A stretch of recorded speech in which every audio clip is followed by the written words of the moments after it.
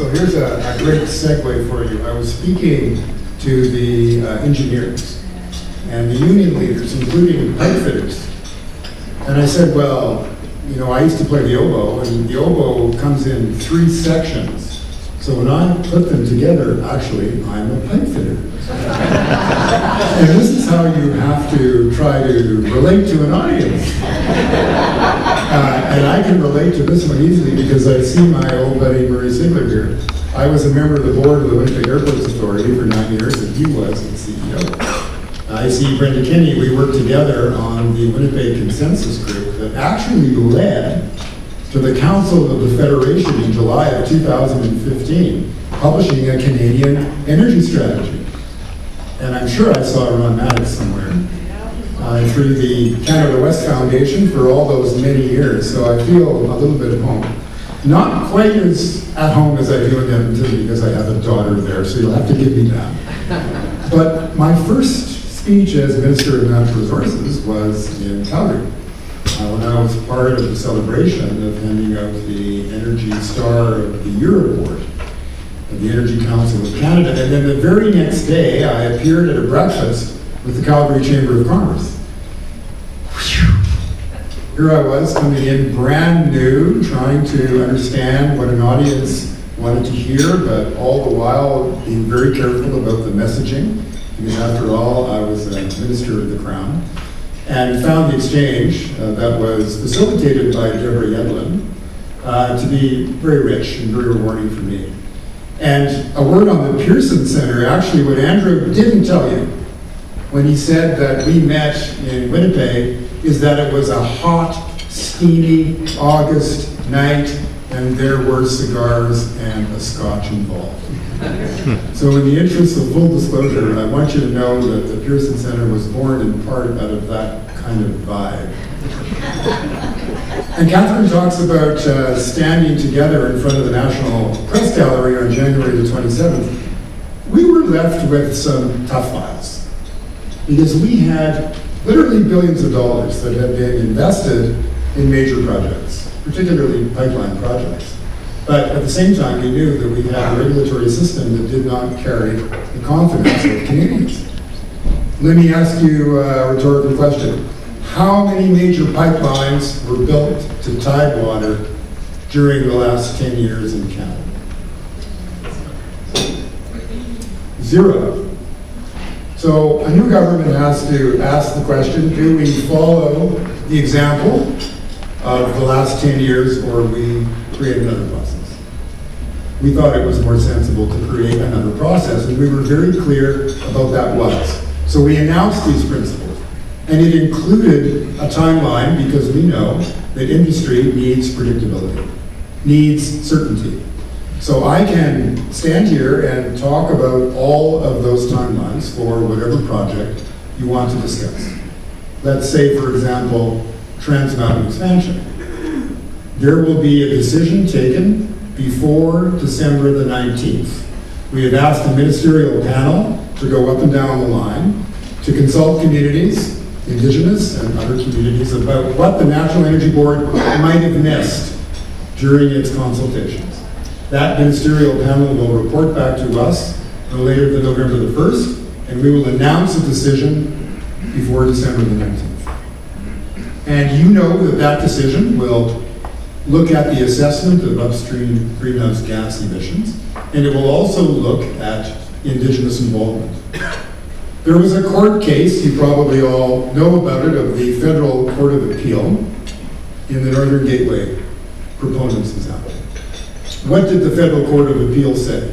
It didn't blame the proponent for insufficient consultation, didn't blame the regulator, but it said the government didn't do its job properly. So what is a responsible government supposed to do with a judgment such as that one? Well, we have to do it differently. We have to do it more deeply and more meaningfully. We had anticipated that there would be a different bar, a different level that we had to surpass. So we created some more time. We created more Crown consultation because we want at the end of the process and at the moment the decision is made for the people of Canada to say, that was reasonable. Everybody had their say. We know the criteria that you're going to use to make a judgment. And we think that if Canadians see that we've gone about it the right way, they will be more inclined to think the decision was a good one. We're not going to have everybody agree with every decision that we make. We know that. We know that there are people who believe that there should be no development. I do not believe that they would carry the country. I think the country understands that we're in a transition. We're in a transition from a fossil fuel economy to a lower carbon economy. And it's not unique to Canada. Wherever we go in the world, we find that nation states are faced with exactly the same issues that we are. One of the differences in Canada is that we are so rich in energy resources.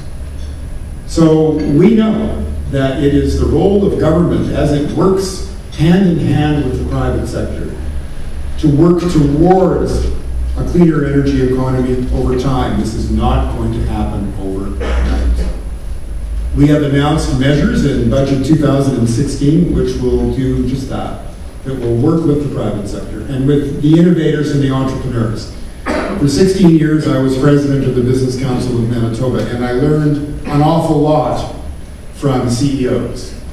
I learned about corporate social responsibility, integrity, about caring for those with whom you work, and I also learned about community involvement and community engagement. But maybe if there was one thing that was driven home to me more than anything else, is that governments can talk amongst each other and with whomever is listening about how to distribute wealth. But if we don't create the wealth, there's no wealth to distribute. And a driver of economic development, of job creation, and of wealth in Canada has been and will continue to be the energy sector. So our job, our task is to find that balance between environmental stewardship and economic growth. And in the middle of all of that is respect for Indigenous peoples and their cultural practices. You don't walk into a community on Monday and introduce yourself, cut a check on Tuesday, and then disappear Wednesday until the project's over. That's not the way you build relationships. Perry Bellegarde, who is the Grand Chief of the Assembly of First Nations, I think said it best. You don't build anything until you build relationships. And this does not happen overnight. There are proponents in this room who know this file better than anybody else. And they know that what matters most to Indigenous peoples is their relationship with the land, the air, and the water. It is a sacred responsibility that dates back generations. They were left with the environment to preserve and enhance and protect for generations to follow. This is not only a cultural practice of Indigenous people, though they're far more wedded to it than many others are, but it should be something that everybody understands is essential to the way we move forward as citizens of this wonderful planet of ours. Innovation will be a key to how fast we can go and where we will end up. Without innovation, would there have been oil sands development in Alberta? I don't think so. The innovators of Alberta will help us in this transition. The Prime Minister has said that there is no contradiction between building a wind turbine and building a pipeline. The Prime Minister has said that it's a major responsibility of the Government of Canada to move our natural resources to market sustainably. So I think the goal is clear. We have been as precise as we are able to be on the deadlines and the timing. We want Canadians to say that this was the right way to go about it. Now you know that the Trans Mountain project is now being assessed and being examined by this panel, seeking opinions from Canadians. Not only Canadians who live in British Columbia or Alberta, but Canadians from coast to coast. So if you happen to have an opinion on this particular project, join the 16,000 other Canadians who have gone up onto the website and expressed themselves. Let me say one other thing, and then I'm happy to sit down and we can start the panel. This is a new era in federal-provincial municipal relations in Canada. When did we last see the Prime Minister and Premiers meet to discuss a national issue of importance? Well, there was not a single meeting between January 2009 until this government was elected in the fall of 2015. I have no interest in being critical of Mr. Harper. He has announced his resignation from Parliament. I wish him well. He has served the country with integrity. But he didn't choose to practice the kind of federalism that I think is essential if we're going to build the country together going forward. And that is governments sitting around the same table talking about great national projects.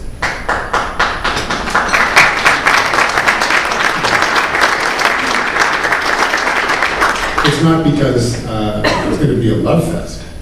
It's not going to be because all of the provinces agree all the time with the national government. And a very good example of this, and Brenda knows as well as anyone in the room, the idea of a Canadian energy strategy is actually a very interesting story, how this happened. The President of the United States visits Ottawa to meet Prime Minister Harper. It was his first foreign visit in the winter of 2009, and suggests to the Prime Minister of Canada that they should engage together in a North American energy strategy. So a couple of people around the country simultaneously scratched their heads and said, well, that's a great idea, but what's the Canadian energy strategy? And the answer was there wasn't one. You know, for a pile of historical reasons, I don't have to tell the crowd in Calgary how difficult it is to put some of those words in the same sentence.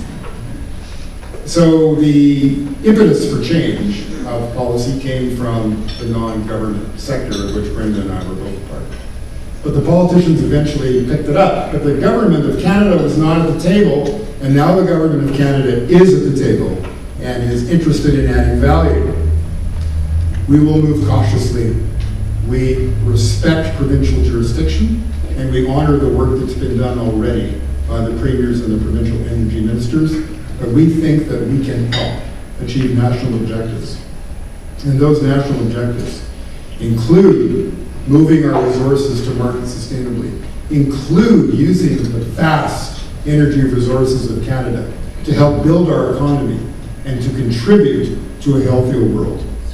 I am an optimist. If you're not an optimist in my business, do something else. Play the oboe.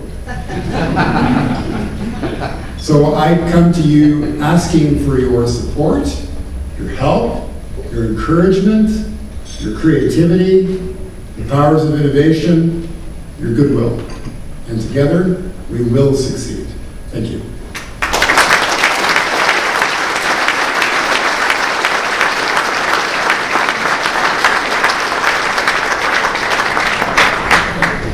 Thank you.